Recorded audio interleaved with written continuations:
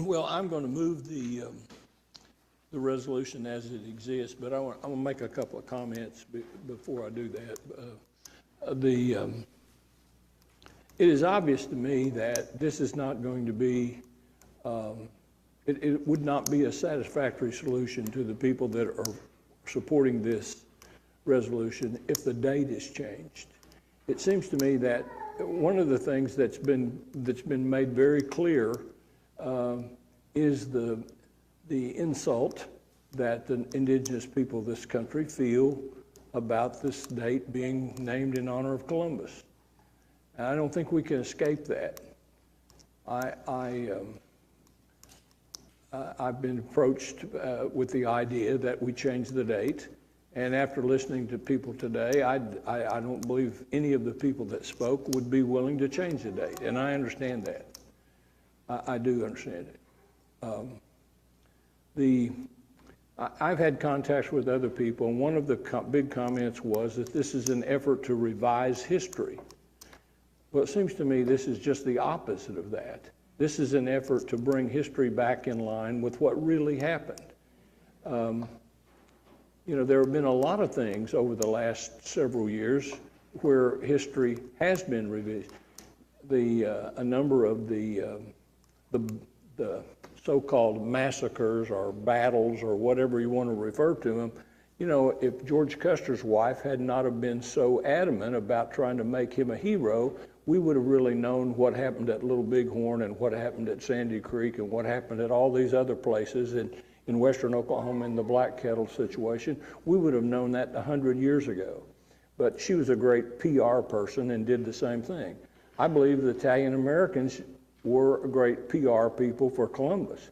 I think if we were talking about the second Monday in October being Italian American Day, the date wouldn't make any difference to indigenous people.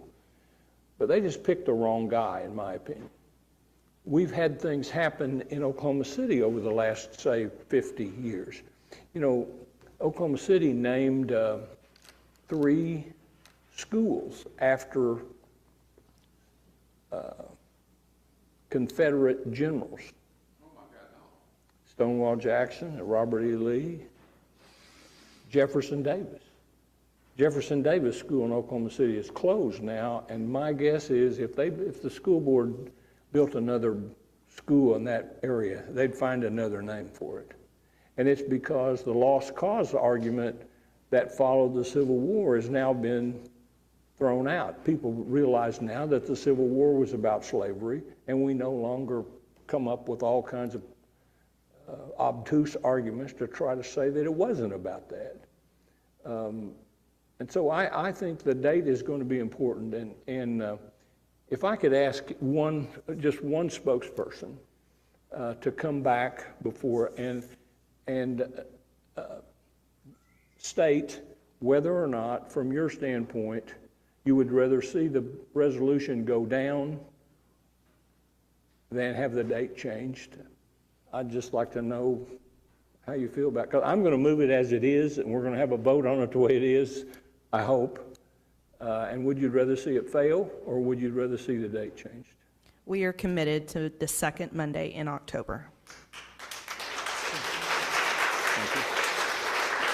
So with that, I understand the rhetoric today has been passionate, but it's passionate, in my opinion, for a good reason. When a wrong has existed for as long as this wrong has existed, people get passionate about wanting to change it. When people have been subjected to the results of those wrongs, they are passionate about it, and they sound passionate when they make their presentations. And I'm guilty of that myself occasionally, and sometimes that goes off into hyperbole, and I'm good at that too. But I'm going to move the resolution as it exists. Okay. Is there a second? Can I make? I spoke 2 weeks ago about the need to recognize the contributions of our indigenous peoples, but I think it's important to number one, be careful when you say things like your people or you people, or I mean, I think it was pointed out that indigenous peoples is incredibly diverse. It's not homogenous. There are countless numbers of tribes, languages, culture. I mean, ultimately, this was an event that took place between the Lucayan people and Columbus and his 1,500 men in the Bahamas. I don't know how many descendants of the Lucayan people are here today, but it's not just about indigenous peoples, which I think is important, but it's important to my 11, 12, and 14-year-old children and all Americans. And that's really just what I want to mention today, is that our federal government made a mistake. They made a tremendous mistake when they made it about Columbus. They didn't say Italian American Day. They didn't just say Discoverers Day. They said Columbus Day. And as Mr. Smalley very eloquently pointed out, my children will now be asked to recognize and question, why is the federal government wanting us to emulate or recognize this person? And they're becoming politically astute, and they're reading, and they're beginning to hear things. I mean, I talked with my children all weekend, and I appreciate this effort because it allowed me to have the conversation with my children.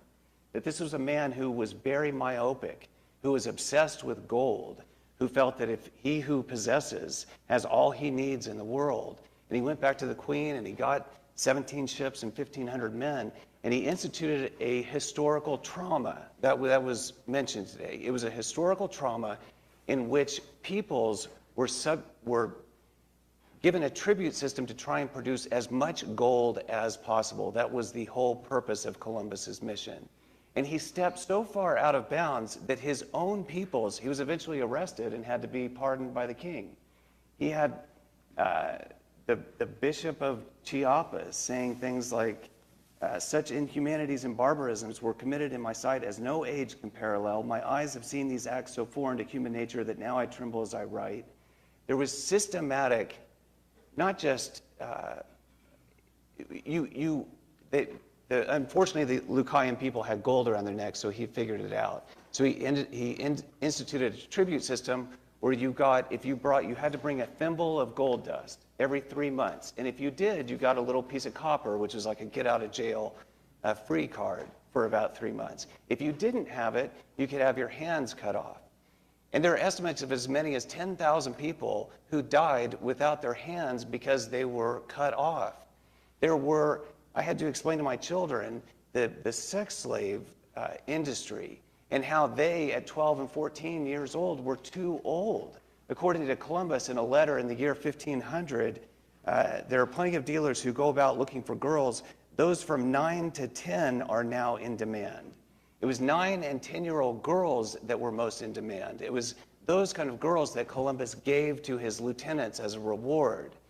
Those are the kind of things that occurred. It is a historical trauma. There were Monteria Infernal, where the Lucayan people were chased by war dogs and eaten alive.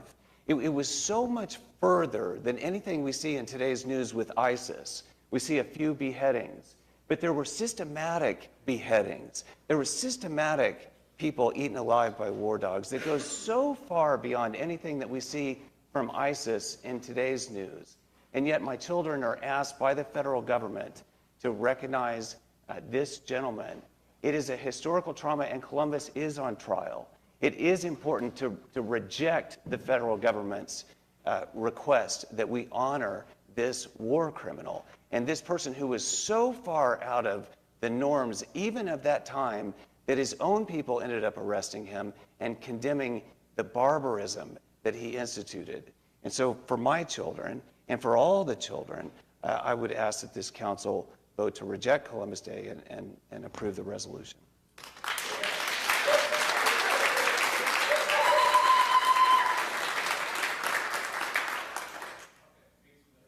Oh, Pete's made a motion. Is there a second? Okay. All right, everybody ready to vote? All right, cast your votes. And the motion fails 3-5. Motion fails 4-5.